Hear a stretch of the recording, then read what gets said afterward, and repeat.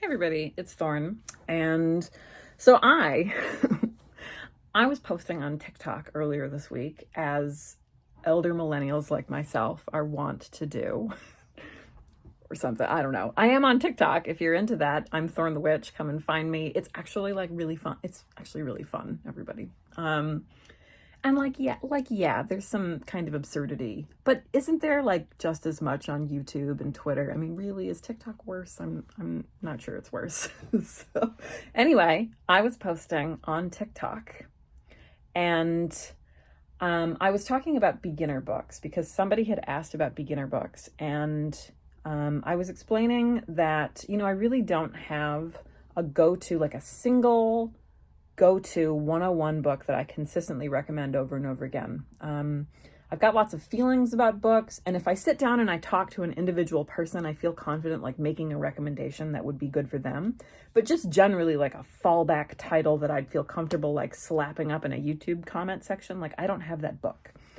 And I started thinking about why, and I posted about why, and then I thought I'd do a follow-up video, like, to appease the gods of the algorithm who likes when you say kind of like complainy things.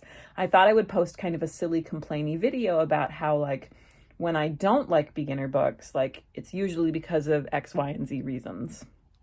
And as I was kind of recording those and then deleting them, and I ended up not posting, okay? But as I was recording those, I was thinking, well, actually, like, this isn't silly. I should talk about it because one of the things that has always really bugged me about like the beginner book as a category, not individual books, but like as a category, is something that I don't hear people talk about. So I thought I'd go ahead and talk about it. And that thing is the reading level. It's literacy related.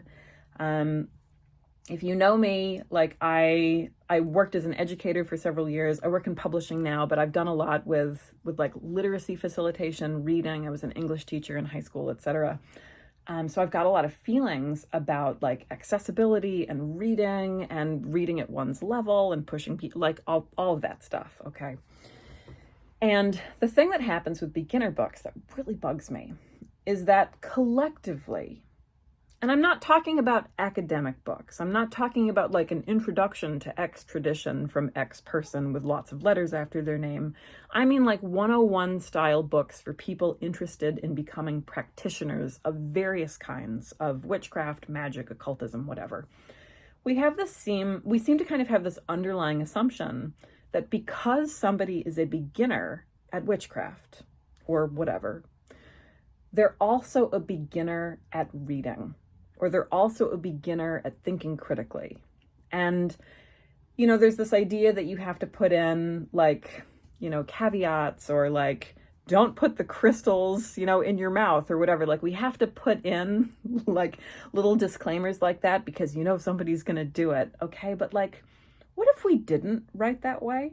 Like, what if we treated readers like they were actually like reading above like a middle school or like lower high school level, if we treated them like they already had discernment, if they already had the ability to wrestle with complex ideas, whether about theology or culture, or like, what if we did that? It just really bothers me. And accessibility is important to me. There need to be books for people at all levels. There need to be books for children. There need to be books for teens, like absolutely. There need to be books for people who aren't academics or aren't like interested in like really high, like literary type styles that are like consciously obtuse, like of course.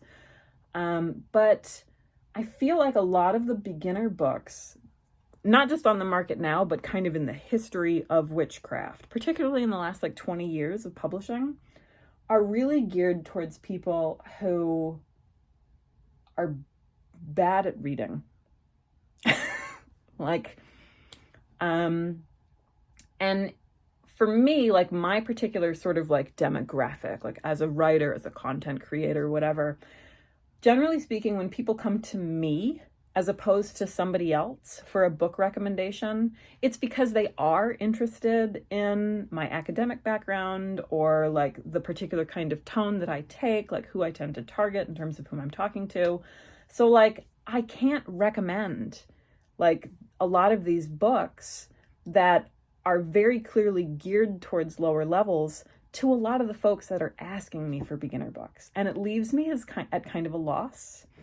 And what we end up doing is we end up recommending a lot of books and letting people kind of cobble together things. And that's what we're all doing anyway, okay? But like, I feel like as writers, as teachers, like as a community of practitioners, we've become okay with this idea that because somebody is new to witchcraft, like they must not, like they also need to be taught critical thinking.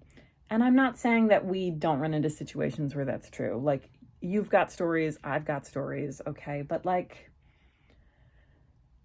I want the book that doesn't make that assumption, even if it has a really narrow market.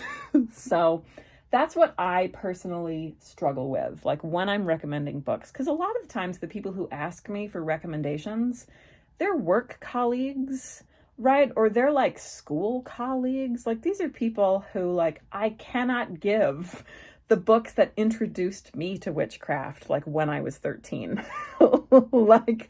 like these are written for different people. And it's not that we can't read widely and get something out of all kinds of books, but we're talking about like first impressions, first exposure. Like if a colleague asks me for a book about like my religion or whatever, which my version of witchcraft is Wiccan witchcraft, okay? Like I can't give them like these highly like illustrated, simplified, et cetera, style of books that are like more blank space than text and really short sentence structures and really limited vocabularies. And like the person isn't going to read that book if I give it to them. So I wish we had more variety in terms of what we think readers are capable of.